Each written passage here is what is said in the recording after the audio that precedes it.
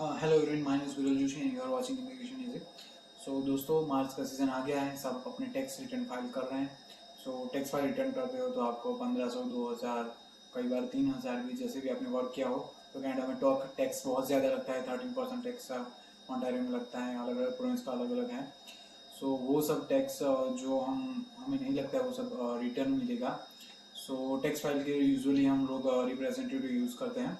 So last year मैंने भी representative use किया था, बट इस साल मैंने खुद से फाइल किया है, क्योंकि ऑनलाइन का कई अच्छे सारे सॉफ्टवेयर अवेलेबल हैं, कई वेबसाइट अवेलेबल है जिस पे हम अपना टैक्स रिटर्न खुद से फाइल कर सकते हैं। ये कोई बड़ी बात नहीं, बहुत ईजी है। सो मैंने भी अपना टैक्स रिटर्न खुद से फाइल किया है इस साल। सो आज की वीडियो में मैं आपको वही बताने वाला हूँ कैसे करना पड़ेगा, क्योंकि हम सब मोस्ट ऑफ स्टूडेंट और होते हैं तो ज़्यादा कुछ होता नहीं हमें टैक्स रिटर्न में, इतना कॉम्प्लिकेटेड। T4 ही होता है और T4 है ज़्यादा से ज़्यादा।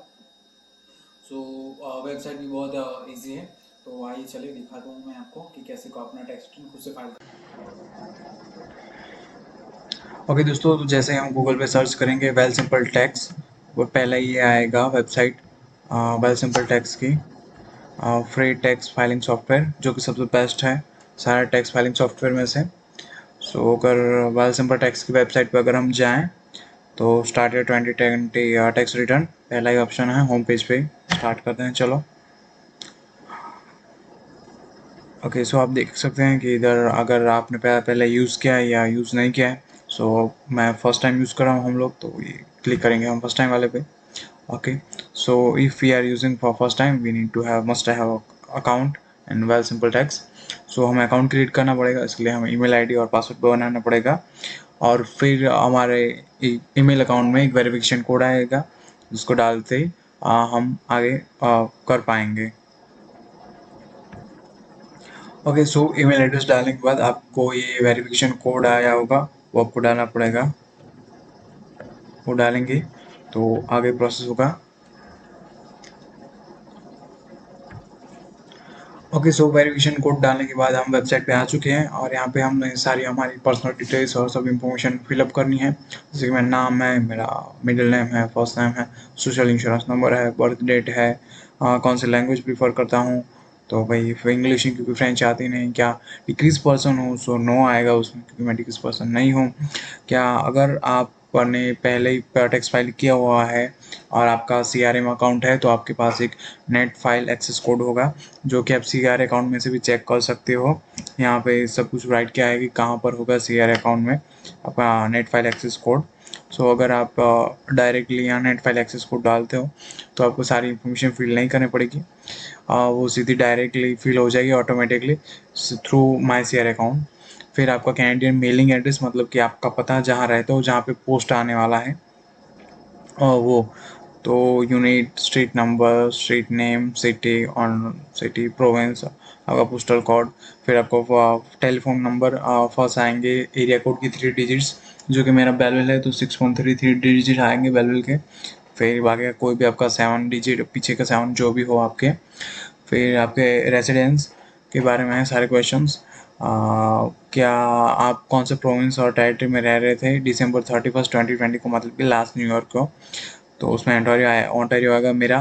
क्या मैंने प्रोविंस चेंज किया था, अगर चेंज किया था 2020 में, तो जब मैं कोई प्रोविंस में मूव हुआ था, वो डेट मुझे यहाँ पे लिखनी है, लेकिन मैं मूव नहीं हुआ था, तो मैं एम्प्टी रखूँगा ये बॉक्स।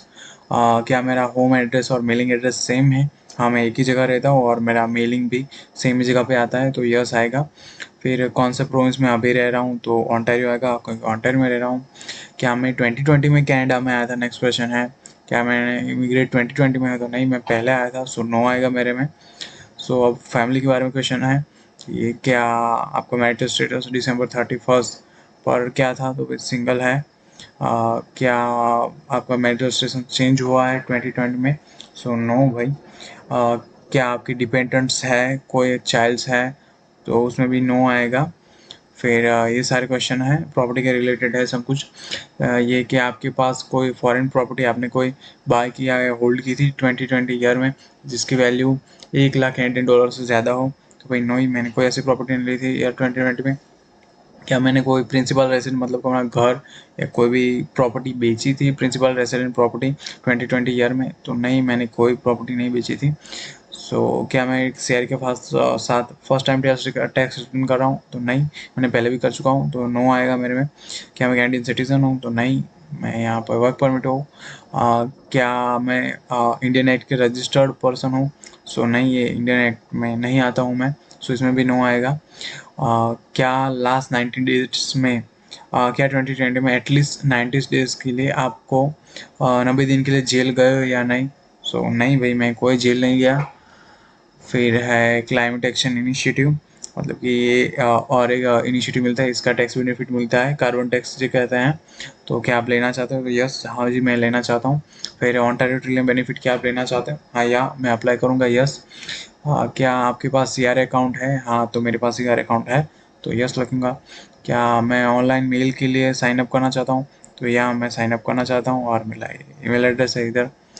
फिर जैसे मैंने आपको बताया, आपके पास नेट फाइल एक्सेस कोड है, तो आप वो डालोगे, फिर ऑटो फिल माय रिटर्न पे क्लिक करोगे, तो आपका रिटर्न ऑटोमेटिक फिल हो जाएगा। सो आपको कुछ नहीं करना पड़ा। लेकिन if you want to add manually, so आप यहाँ पे सिर्फ सर्च करो, ये T4 पर क्लिक करो, और T4 ऐड हो जाएगा। सारे T4 की डिटेल्स आप फिल कर दो फ्रॉम द T4 मैन्युअली, आप खुद फिल कर सकते हो। और दूसरे भी, जैसे कि हम स्टूडेंट्स हैं, तो स्टूडेंट्स कॉलेज जाते हैं, तो ट्यूशन फ़ी में भी कुछ क्रेडिट्स होती हैं, जिसे कहते हैं T2202। ये डॉक्यूमेंट आपको आपके कॉलेज से मिल सकता है, कॉलेज वाले ही देंगे ये डॉक्यूमेंट, और उसके हिसाब से आप सब कुछ ये फिल कर दो। अगर आपके पास CRA अकाउंट है तो ऑटोमेटिक ये सारी इन्फॉर्मेशन फिल हो जाएगी, क्योंकि मेरा CRA अकाउंट ऑलरेडी ओपन था और मैंने अपना वो नेट फाइल एक्सेस कोड डाला था, इसलिए। और फिर आगे है कि great news, you are eligible का कैनेडियन एक्शन इंसेंटिव, और कहता है कि you have zero qualified dependents and please confirm the correct below before filing your return. So हाँ भाई, मेरे को ज़ीरो डिपेंडेंट है, तो यस दिस करेक्ट। फिर अगर आप रूरल या स्मॉल स्मॉल कम्युनिटी में रहते हो, तो 10% ज़्यादा मिलता है आपको ये कार्बन क्रेडिट टैक्स क्रेडिट में। सो ये सारी सिटीज़ के नाम हैं। अगर इन सिटीज़ के अलावा कोई और सिटी में आप रह रहे हो और जो कि रूरल है, तो आपको यहाँ यस करना होगा। अगर इनमें से किसी भी एक सिटी में रह रहे हो तो नो आएगा, सो आपको नहीं मिलेगा कार्बन टैक्स क्रेडिट 10% एक्स्ट्रा। फिर आगे है ऑनटारियो ट्रिलियन बेनिफिट। सो क्या आप Ontario energy and property tax credit लेना चाहते हो? तो हाँ भी, मैं लेना चाहता हूँ। क्या आप नॉर्दर्न ऑनटारियो एनर्जी क्रेडिट लेना चाहते हो? नहीं, मैं नहीं लूँगा, क्योंकि मैं नॉर्दर्न ऑनटारियो में नहीं हूँ। अगर आप देखना चाहते हो नॉर्दर्न ऑनटारियो में आप हो नहीं, तो क्वेश्चन मार्क में टिक करो, यहाँ पे सारे नॉर्दर्न ऑनटारियो के सिटीज़ मेंशन है। सो आप चेक कर सकते हो, अगर इनमें से किसी एक भी सिटी में आप रह रहे हो तो आप एलिजिबल हो नॉर्दर्न ऑनटारियो टैक्स क्रेडिट के लिए। फिर आगे है कि क्या आपने रेंट कितना पे किया था 12 मंथ के लिए? तो समथिंग $4,000 जितना मैंने पे किया था। फिर प्रॉपर्टी टैक्स में कितने पे? मैंने कुछ पे नहीं किया था, मैं रेंट पे रह रहा हूँ। सो मैंने एनर्जी मतलब कि यूटिलिटीज़ का कितना पे किया था, हीट हाइड्रो, सो मेरा सब इंक्लूडेड है रेंट में, सो नथिंग। सो मैंने एम्प्टी रखा है ये बॉक्स भी। फिर क्या मैं लॉन्ग टर्म कोई हेल्थ केयर में रह रहा था? तो होम केयर में रह रहा था, तो नहीं भाई, तो मैंने ये बॉक्स भी एम्प्टी रखा है। फिर मैं स्टूडेंट रेसिडेंस में रह रहा था? तो भाई नहीं, मैं स्टूडेंट रेसिडेंस में नहीं रहता, मैं बाहर से रह रहा था। फिर क्या मैं जून 2020 में अपना ट्रिलियन बेनिफिट लूँगा इंस्टेड ऑफ रेगुलरली जैसे हमें मिलता है एवरी मंथ? सो नहीं, मैं एवरी मंथ जैसे रेगुलरली होता है वैसे ही लूँगा, सो नो। फिर प्रिंसिपल रेसिडेंस का आपको डिक्लेरेशन देना है कि आपका एड्रेस कौन सा है, तो ये मेरा एड्रेस, पोस्टल कोड लिखना है। फिर कितने मंथ आप 2020 में इस हाउस में रहे हो, तो 12 मंथ। क्या ये लॉन्ग टर्म केयर होम है? तो भाई नहीं है, तो टिक नहीं करना है। अमाउंट पेड फॉर 2020, आपका रेंट लिखना है। फिर लैंडलॉर्ड और म्यूनसिपलिटी का नाम लिखना है। फिर आपके T4 ऑटोमेटिक यहाँ ऐड हो जाएंगे। फिर ये T2202 जो कॉलेज का डॉक्यूमेंट है वो ऑटोमेटिक ऐड हो जाएगा। फिर एक अच्छी बात इसमें है टैक्स वेल्थ टैक्स सिंपल में, कि आप चेक और ऑप्टिमाइज़ कर सकते हो। अगर आपसे कोई गलती हो गई हो तो ये सॉफ्टवेयर आपको दिखाता है, वार्निंग्स देता है ऐसे कि आपने क्या क्या गलती की है, तो वो आपको सारी दिखाता है और आप चेक कर सकते हो। मतलब कि देखो, यहाँ लिखा है कि there may be typo in tag box 26 of your T4 slip. So आप यहाँ सिंपली क्लिक करोगे, रिव्यू T4 स्लिप्स, उस पर क्लिक करोगे तो आपको वहाँ पे जहाँ पे मिस्टेक है हो सकती है वहाँ पे ले जाएगा और आप चेंज कर सकते हो। और फिर एंड में आप सबमिट का ऑप्शन दे सकते हो, सबमिट माय टैक्स रिटर्न। यहाँ से सबमिट पे क्लिक कर दो। मैंने ऑलरेडी सबमिट कर दिया है, सो मेरा सबमिट नहीं होगा। यहाँ आप देख सकते हैं सबमिट का ऑप्शन है और ये सब कैलकुलेटेड है कि मुझे कितना टैक्स रिटर्न मिलेगा, कितना रिफंड है, कितना जीएसटी अमाउंट है, ओंटारियो ट्रिलियम बेनिफिट कितना है, वो सब है। सो बस दोस्तों यही था। बहुत बढ़िया सॉफ्टवेयर है, बहुत इजी है, कन्वीनियंट है। सो आप खुद पे ही इजीली कर सकते हो, खुद घर पे ही अपना tax return. So I hope so कि आपको वीडियो पसंद आया होगा। Thank you so much for watching my video. See you in next video soon.